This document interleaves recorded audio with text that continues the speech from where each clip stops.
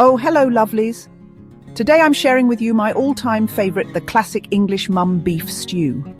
It's the sort of dish that warms you from the inside out and fills the house with the most comforting smells. Now let's get started. I always begin with good quality beef, cut into hearty chunks. Pop it in a dusting of flour, bit of salt and pepper, just to give it that lovely crispy edge.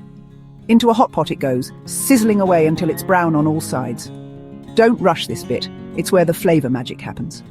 Next, in go your onions, carrots and a few sticks of celery. I like to slice them thick, keeps them nice and chunky after hours in the pot. Stir it round, let those veg soak up all the lovely juices. Then pour in a good glug of beef stock, homemade if you can, but shop-bought works in a pinch. Add a splash of Worcestershire sauce, a bay leaf and a sprig of thyme. Pop the lid on, turn the heat way down and just let it bubble away for at least 2 hours.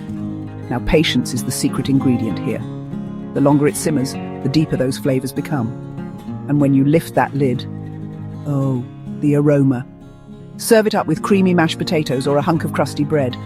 Perfect for Sunday lunch, or any chilly evening you fancy a bit of old-fashioned comfort. Thank you so much for cooking along with me. If you haven't already, please subscribe and join our global family cookbook.